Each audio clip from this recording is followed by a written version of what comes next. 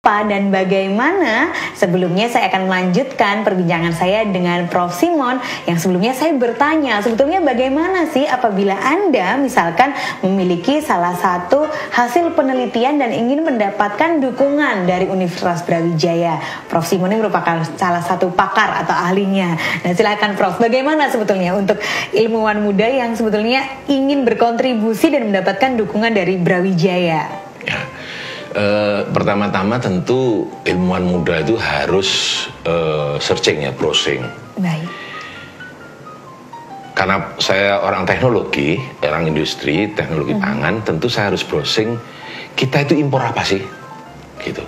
Lalu patennya sudah ada atau belum? Harus cari, ilmuwan muda harus mencari terobosan. Oh, saya ingin menggantikan produk impor X gitu. Karena kita belum memproduksi, lalu patennya gimana? Harus mengubah itu, menemukan paten untuk itu, riset yang mendalam. Karena itu Anda bekerja di tempat yang belum orang lain bekerja, seperti juga saya kerjakan ini, tentu akan dengan mudah mendapatkan support dari universitas. Karena di universitas ada dana, sifatnya kompetitif itu. Kalau riset yang kompetitif itu harus punya ide-ide yang bagus, yang lebih daripada yang teknologi yang sudah ada. Baik. Itu untuk anak muda seperti itu. Jadi sebetulnya itu merupakan salah satu tantangan juga ya Prof ya. Dan harapannya tidak justru melihat bahwa produk ini sudah ada kemudian tidak mencari inovasi gitu ya. Nah, kembali ke produk ke porang dan juga olahannya Prof. Kita belum membicarakan mengenai manfaatnya sebetulnya Prof. Apa sih manfaat dari porang dan juga olahannya ini? Ini porang ini atau yang disebut tepung atau serbuk bubuk glukomanan itu sudah ratusan tahun digunakan. Kalau di literatur itu bisa dipakai sebagai beberapa bahan anti diabetes, anti kolesterol, bahkan sampai ke anti tumor. Wow. Riset saya sudah membuktikan positif hasil riset saya ini sebagai bahan anti diabetes dan bahan anti tumor, anti kolesterol. Maksudnya apa?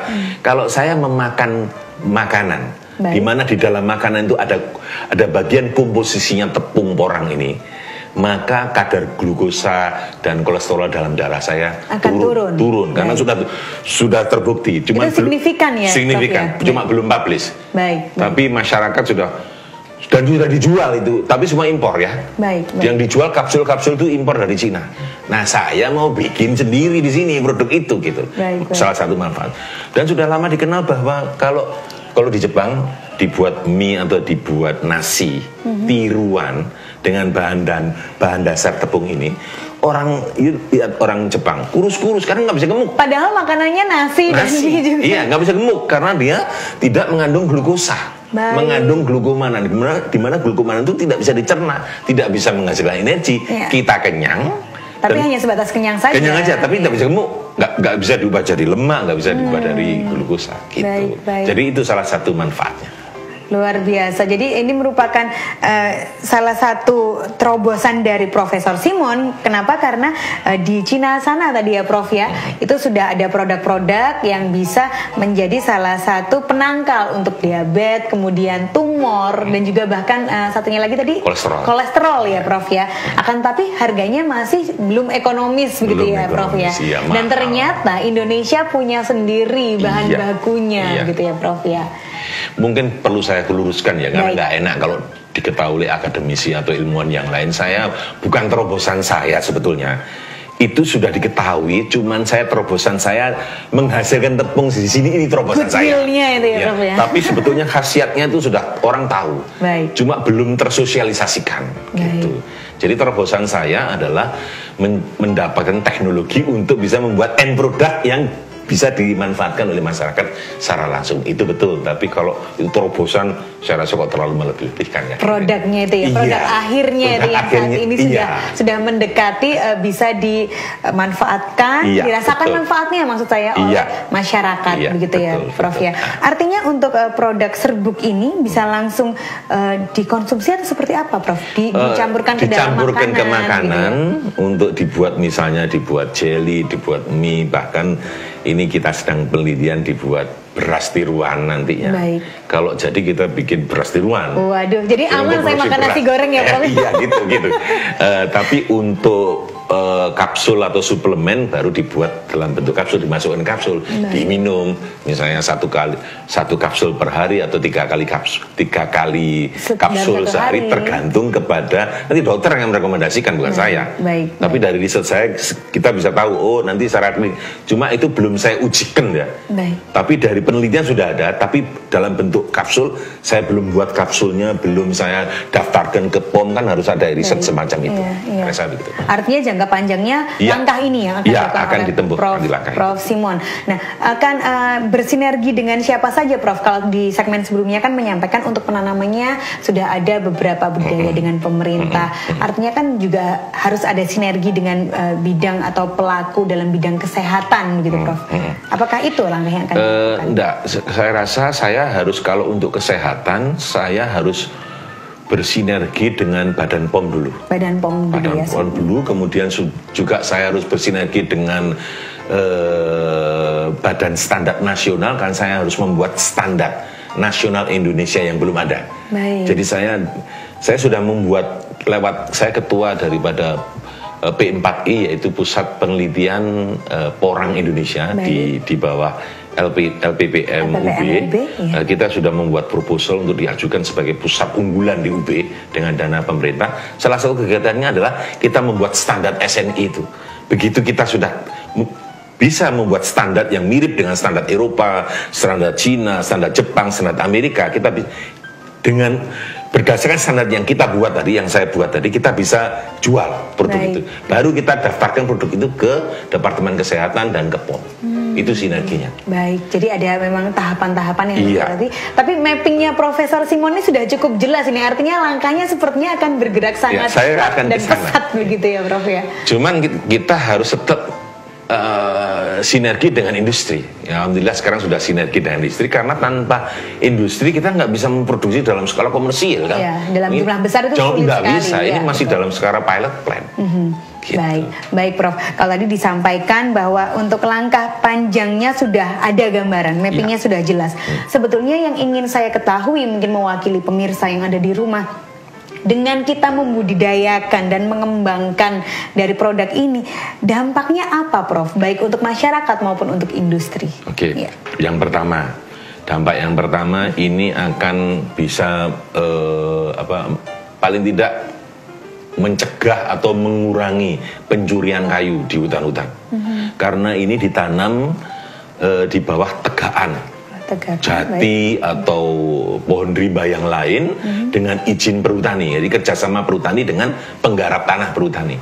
Kalau ada tanaman ini, itu nggak dibakar lahannya atau tidak dicuri pohonnya, sehingga mengurangi pencurian kayu. Yang pertama. Yang kedua, ya menghasilkan income bagi petani. Tanpa kerjanya sekali tanam 1 hektar dapat katakanlah 3,5 ton, duit 3,5 ton kali 3.000 udah berapa? Jadi ini sudah salah satu cara untuk mengangkat kemiskinan yang ada di desa. Karena ini nggak mupuk hanya sekali, waktu mupuk nanam itu, setelah itu udah ditinggal aja, nanti panen sendiri. Praktis ya, sangat praktis. Nggak ada hamanya ini, nggak ada yang mau, jadi nggak ada hamanya, nggak perlu semprot-semprotan gitu, panen aja. Jangka waktunya berapa lama Prof bisa dipanen? 3 tahun panen. 3 tahun dipanen ya. Dan ini sekarang meluas terus itu, karena permintaan ini tadi baru telepon tadi dari industri porang atau konjak kosong. Jadi kosong berarti kan Cina kosong, dia dapat kalau nanti dia akan harganya pasti naik karena kosong. Iya betul. Lah industri perlu itu, ditawar harga berapa aja dibeli, karena lagi nggak jalan ini. Industri ice cream, industri sosis, industri bakso, nah itu akan berhenti kalau jadi harga mesti naik harganya karena kosong. Kalau kita punya industri sendiri, mau tidak mau stabil harganya. Betul, masyarakat kaum industri jadi industriawan jadi stabil lah anunya. Yang kedua dampaknya, kalau ada industri ini, maka industri-industri yang lain akan tumbuh nanti. Dalam hal apa ini Prof? Misalnya ada industri, kita kan penghasil hasil laut. Betul. Hasil laut itu misalnya hasil laut ikan gitu. Ikan biasanya Pak Anang itu dibuat filet gitu. Kalau saya ikan-ikan yang jelek-jelek itu memang dibuat fillet, tapi fillet saya buat yang artificial. Jadi daging itu dihancurkan, dicampur dengan ini dibuat fillet ikan. Itu akan lebih maksimal hasilnya begitu Pak? Hasil maksimal gini, karena tidak perlu diawetkan lagi, karena salah satu masalah di industri perikanan itu kan ke laut bawa formalin. Karena awet. Kalau ini kan enggak usah anu aja, pokoknya sampai di daratan, diproses, dibuat fillet, dihancurkan, campur ini jadi fillet yang tahan lama. Baik. Gitu. Jadi dia juga berfungsi untuk mengawetkan makanan. Iya, nanti kalau dalam bentuk beku loh ya. Dalam bentuk beku. Jadi akan tumbuh itu industri-industri sampingannya karena ada bahan ini. Sementara tidak tumbuh karena harganya nggak terjangkau oleh industri-industri kecil itu. Itu yang saya maksud kalau Indonesia bisa belum ada nih. Ada satu tapi punya Jepang. Di Mojosari. Di Indonesia tapi milik Jepang. Milik Jepang, bukan milik orang kita. Teknologinya teknologi Jepang. Baik. Bukan teknologi saya kan gitu. Iya. Nah, jadi kalau kita bisa membuat industri itu dengan kapasitas kita sendiri, modal juga dari kita, syukur-syukur kita ada kemudahan untuk membuat pabrik itu, maka itu sangat menguntungkan. Tentunya diharapkan dengan informasi ini melalui talk show kita kali ini paling tidak stakeholders atau setidaknya pemerintah bisa jauh lebih mendukung ya Prof ya, karena emasnya tuh ada di Indonesia sebetulnya begitu ya Prof ya. Baik, Prof Simon, sebelum mengakhiri bincang-bincang kita pada hari ini, seandainya ada sahabat UBTV yang menyaksikan dan ingin entah berkontribusi atau ingin berkolaborasi dengan Prof Simon, kemanakah sebaiknya pemirsa ini menghubungi Prof? Ya, pertama yang formal lihat di online, lihat di webnya P4ILBPM ada, atau yang hubungi saya langsung Simon Bambang Wijanarko, ketik di browsing Simon Bambang akan muncul dari saya, bisa kontak saya. Kontak person juga ada kontak di situ di internet juga ada. Anytime bisa. Baik. Apa yang bisa saya bantu bisa. Prof Simon, sekali lagi terima kasih atas berkenan hadirnya, luar biasa semangatnya, semoga menular kepada generasi muda, tetap sehat, sukses dan bersemangat ya Prof ya. Sekali lagi terima kasih. Saya juga mengucapkan terima kasih atas kepercayaan yang diberikan kepada saya untuk tampil di talk show yang sangat mungkin bermanfaat bagi masyarakat Indonesia secara umum, masyarakat akademis di Universitas Brawijaya khususnya. Terima kasih. Terima kasih banyak Prof Simon. Ya, sahabat UBTV, itu tadi bincang-bincang akrab saya bersama para ilmuwan, tentunya aset berharga milik Sivitas Akademika Universitas Brawijaya. Pastikan Anda terus menyaksikan Lensa Brawijaya. Sebelum mengakhiri acara ini, saya ucapkan terima kasih kepada lembaga penelitian dan pengabdian kepada masyarakat milik Universitas Brawijaya. Akhirnya saya Amalia Rizky mewakili kru yang bertugas pamit undur diri. Wassalamualaikum warahmatullahi wabarakatuh. Bersama UBTV, aktif dan kreatif.